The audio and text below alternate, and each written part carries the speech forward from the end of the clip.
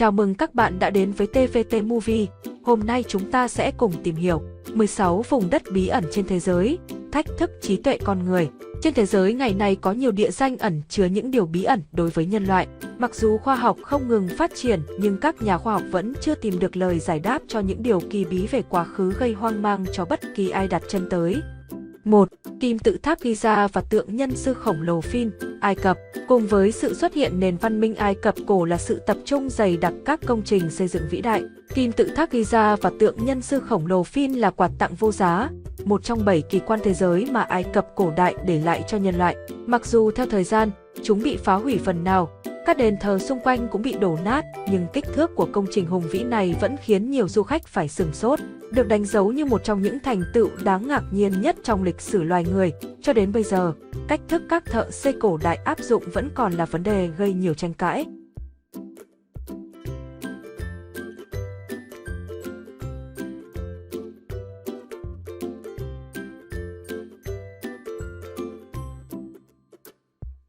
Hai.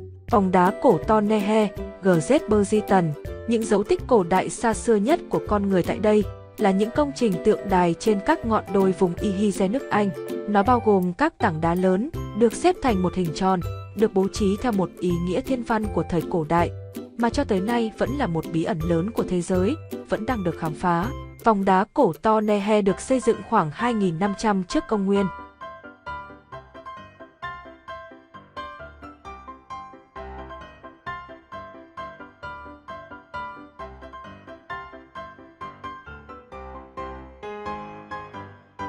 Ba. Đảo Phục Sinh, Chile.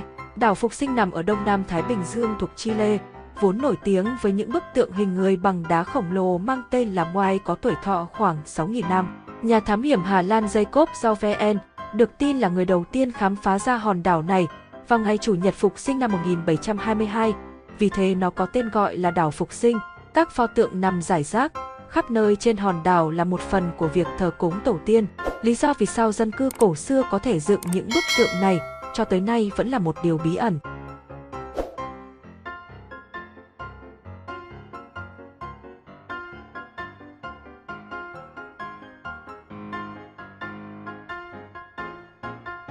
Bốn. Khối cự thạch cổ Baalbek, Liban. Baalbek, một thành phố ở miền đông Liban. Nó là một thành phố phồn thịnh khi mà người Hy Lạp chiếm nó năm 331 trước công nguyên và trở thành một thuộc địa của hoàng đế La Mã Augustus. Người La Mã đã cho xây dựng 3 đền thờ Baalbek ở Liban có niên đại từ 2.000 năm trước công nguyên. Điều làm nên sự kỳ diệu của cấu trúc bằng đá này là nền móng đồ sộ của những ngôi đền La Mã, có những tảng đá có trọng lượng xấp xỉ 350 tấn. Điều bí ẩn là chúng đã được xẻ ra, đẽo tạc và vận chuyển qua hàng dặm, nâng lên tới độ cao 7 mét để đặt bên trên những tảng đá nhỏ hơn như thế nào.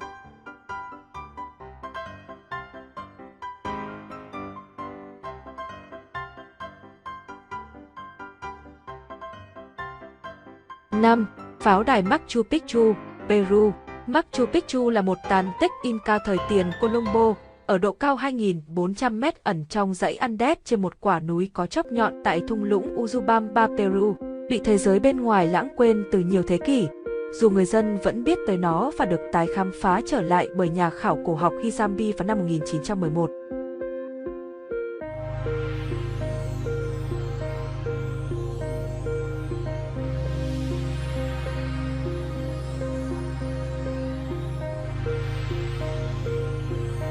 Sáu. Đường kẻ Nacalai, Peru.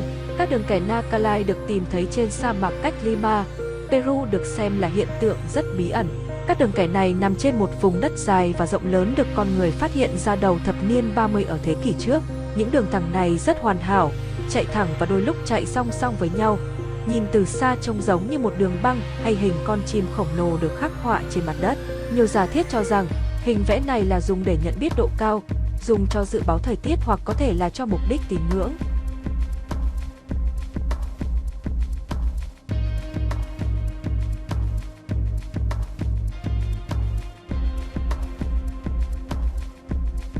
Bảy.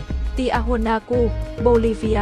Tiahuanacu hay còn được gọi là Tiana vẫn còn là một bí ẩn lớn với khoa học thế giới chính xác về độ tuổi, được ước tính xây dựng khoảng từ năm 300 đến 700 với đá và công nghệ đặc biệt.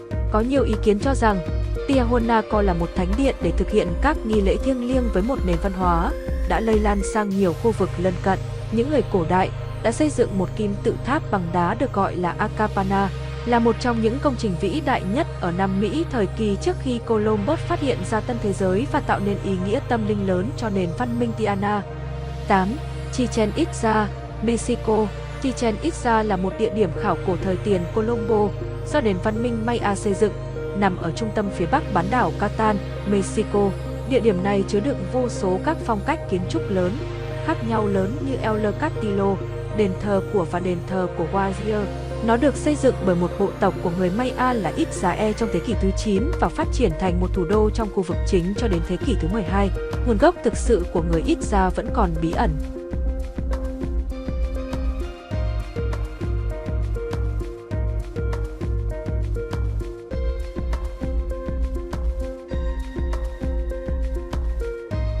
Các bạn đang xem video trên kênh TVT Movie, hãy nhấn đăng ký và chia sẻ video nhé!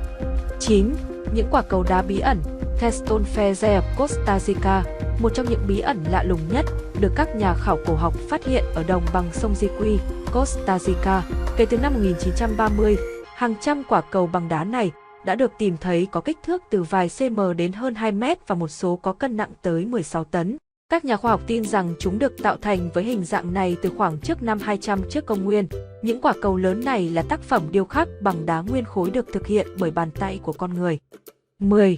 Thành phố dưới nước tại Nhật Bản, được phát hiện bởi một hướng dẫn viên lặn khoảng 20 năm trước, trên bờ biển phía nam của Ionawini, Nhật Bản. Tàn tích ngập dưới nước này có ước tính khoảng 8.000 năm tuổi. Tranh cãi đã nảy sinh xung quanh một kim tự tháp bí ẩn được tìm thấy ngoài khơi bờ biển Nhật Bản. Những cấu trúc này dường như đã được trổ khắc ngay trong khối đá, sử dụng những công cụ trước đây được cho là không có sẵn ở các nền văn hóa cổ trong khu vực này. 11. Vòng xoáy Gichat ở Mauritania. Vòng xoáy Gichat như con mắt trên sa mạc Sahara thách thức các nhà khoa học bao nhiêu năm qua. Đường kính vòng xoáy dài 49 km nên có thể nhìn thấy từ vũ trụ. Trước đây, người ta cho rằng vòng xoáy kỳ lạ này hình thành do núi lửa hoạt động và thiên thạch rơi. Ngày nay, một số người cho rằng sự ăn mòn kết cấu đá tạo thành vòng xoáy. Rất khó giải thích được sao lại hình thành vòng xoáy đồng tâm hoàn hảo và đều nhau như thế. 12. Hồ xương người Ấn Độ. Năm 1942, người ta đã phát hiện ra điều đáng sợ tại Job, Ấn Độ, khi hồ băng tan chảy để lộ ra 200 bộ xương người trong lòng hồ. Ban đầu, những bộ xương này được cho là của lính Nhật Bản, nhưng qua kiểm nghiệm thấy các bộ xương này có niên đại từ năm 850 sau công nguyên. Những bộ xương này vẫn được bảo quản tốt bằng nhiệt độ tự nhiên của hồ. Không ai biết vì sao có nhiều người chết chung như vậy. Chỉ thấy mỗi hộp sọ đều có vết dạn vỡ nhỏ như bị giết bằng cú đánh. 13. Điều gì che giấu bên dưới tai nhân sư? Một khối đá chặn miệng hố ngay dưới tai của tượng nhân sư ở Ai Cập là bí ẩn chưa có lời giải. Nó bảo vệ cái gì? Điều gì ẩn đằng sau nó? Các nhà khảo cổ vẫn đang cố gắng tìm ra đáp án. Tuy nhiên, một nhà khảo cổ người Nga tuyên bố rằng nó che giấu thứ gì đó mang tính cách mạng. Theo nhà khoa học Nga này, có một bản vẽ từ thế kỷ 19 cho thấy mọi người bước ra từ đỉnh đầu tượng đài. Đó là lối vào thứ hai bên trong tượng nhân sư. Nhưng cho đến nay, các nhà khảo cổ vẫn chưa có cách nào vào bên trong tượng nhân sư. 14.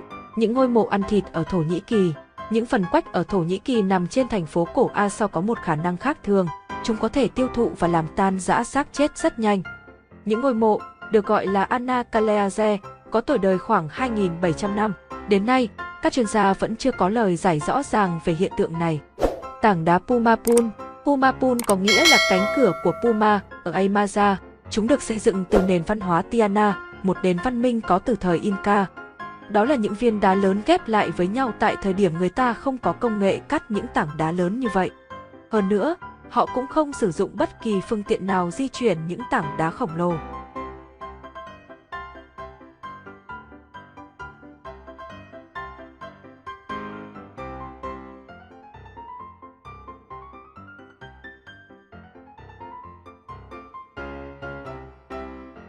15. Bản đồ kho báu cổ xưa. Người ta cho rằng bức thư cổ đại bên trong hang động từ biển chết sẽ dẫn đến kho báu của người Do Thái cổ đại.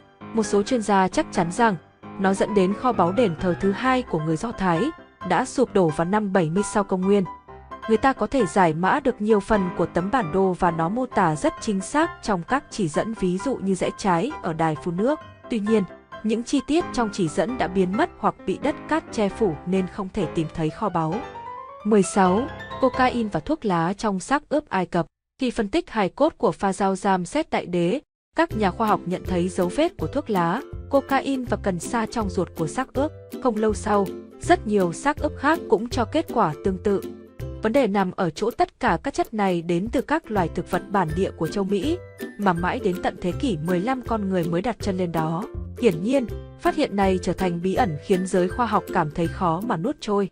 Cảm ơn các bạn đã xem video trên kênh TVT Movie, nhấn đăng ký kênh để ủng hộ và xem được những video mới nhất.